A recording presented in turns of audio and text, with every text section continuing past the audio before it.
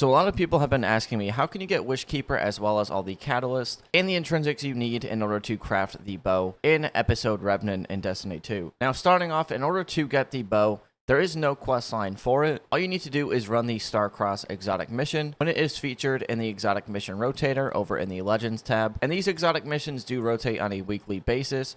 So if this mission isn't available the week you're looking to run it, you just have to wait for the week that it is featured, and then you can run it as many times as you want to get all the intrinsics, the catalysts, and any other weapons that you want from the mission. So how this mission works, in order to get everything for this weapon, you're going to run the mission first on the normal difficulty, and it's going to give you the red border version of this bow. Then you're going to extract the pattern from the bow, making it craftable. So in order to get everything else for this weapon, such as the intrinsics, as well as all the weapon perk catalysts that you need for this weapon, you want to run the mission on the legend difficulty.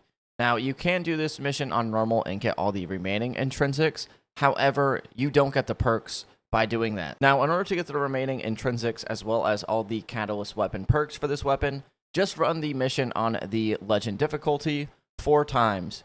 Doing this will give you all the remaining intrinsics that you need, which are the Snare Weavers. You get 2, 3, and 4, as well as the 4 weapon perk catalysts that you can get on this weapon. So you have Enduring Snare, you have Multi-Threaded Snare, you have Vorpal Weapon, as well as Hatchling.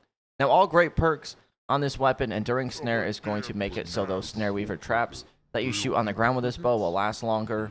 You have Multi-Threaded Snare, which Snare Weaver traps will suspend more targets.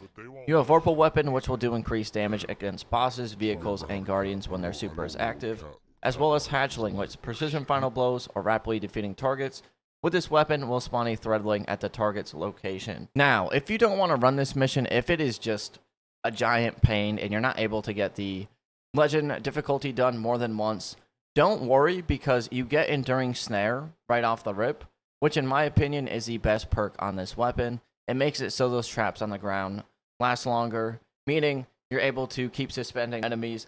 I just like Enduring Snare on it, so me personally, you don't need to run Legend more than that. And that is it on how to get the Wishkeeper bow in Destiny 2 Episode Revenant. As always, be sure to like, comment, and subscribe. I'll see you in the next one. Uppers.